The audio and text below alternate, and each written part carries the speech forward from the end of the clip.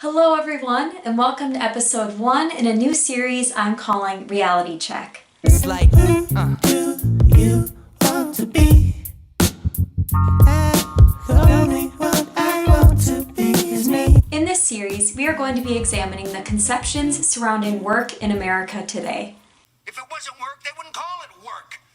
They'd call it super wonderful, crazy, fun time.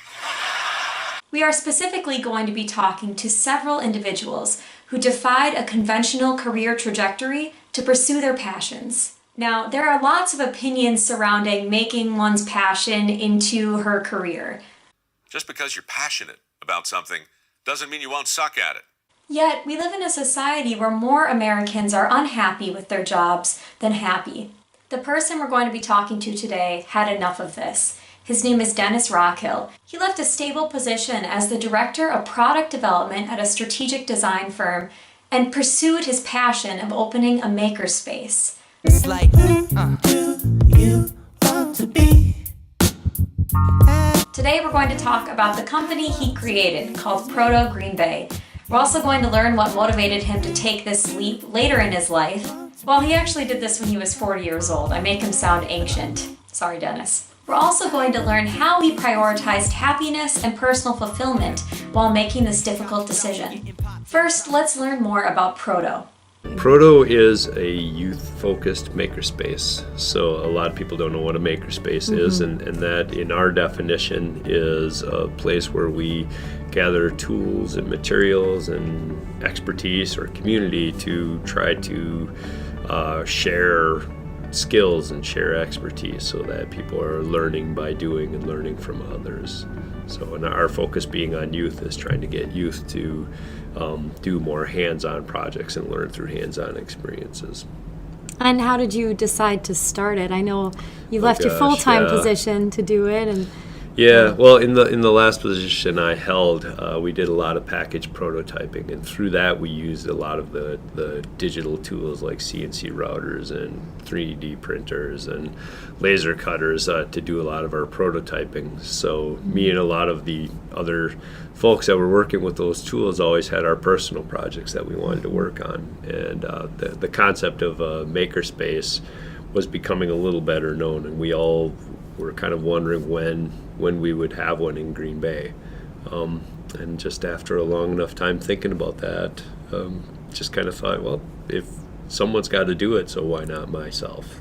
Now we get into the discussion of how important or realistic it is to prioritize personal happiness or fulfillment when making these large career decisions. If it wasn't work, they wouldn't call it work.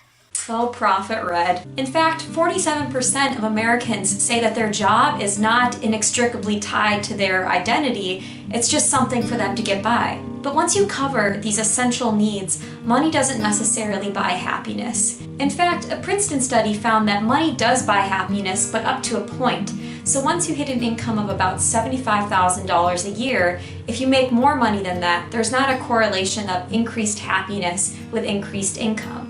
Now, I understand that $75,000 a year is a considerably large income, and it's privileged to consider happiness and fulfillment beyond this point because a lot of people aren't at that yearly income. However, I also think it's valuable to consider Dennis's situation, where he had a very stable position and had a family to support with that, but still chose to pursue an alternative route to pursue his passion and leave this stable income. That is not an inconsequential decision. So as Dennis was making his mental pros and cons list about if he should open Proto and leave his stable job, I wondered how high up on that list his personal happiness and fulfillment were. Yeah.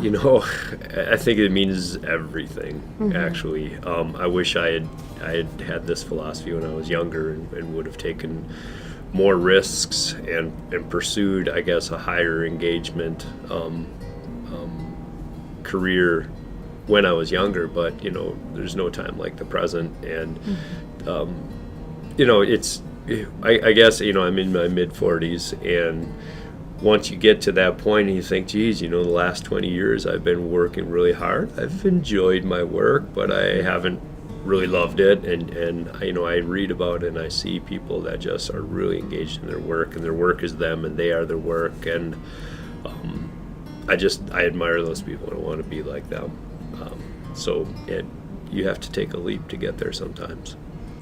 What do you think is the difference of doing it at this point in your life Yeah. versus right out of college, you know, when you have like so many, you don't really have as many attachments and Yep. responsibilities. You know, there's different risks at this stage in life, and there's different benefits at this stage of life. You know, I don't know that I had the perspective to do this when I was younger.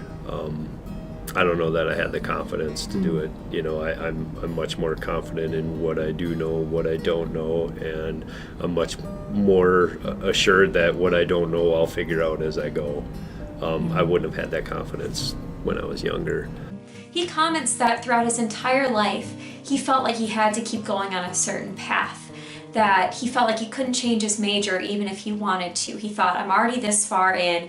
It's sort of like that sunk cost fallacy of thinking you've already put too much energy into something and you have to see it through. And finally, at some point, he said, enough is enough. I'm pursuing this dream. Before I graduated college, you know, I remember thinking, you know, I majored in graphic design and illustration. I really wish I'd have focused more on, you know, industrial design, or I wish I'd have taken a little more of an engineering path. You know, even before I graduated college, I thought, I wish I'd have done that, but now it's too late. I'm this close to graduation. Just get it done and get out there and start working. Then you start working. Then you buy a house and you get married. Each step of the way, you know, normal life course, I personally would go, you know, I just wish I'd have done this. If I would do this, and a few times along that path, I thought, you know, if I'd have just made the decision to do this back when I was really thinking about it, I'd be done now. I'd be there. I'd be doing that. And I don't know how many times I've had that feeling and that realization before I started just to think, okay, well, just dive, jump, and do it, you know. Of course, the minute you pursue your dream job, it's not as if it's unicorns and roses popping out everywhere and you love every day. There's extreme challenges, especially if you're opening your own business. And Dennis speaks to how he overcomes those and what's keeping him motivated during difficult periods with Proto.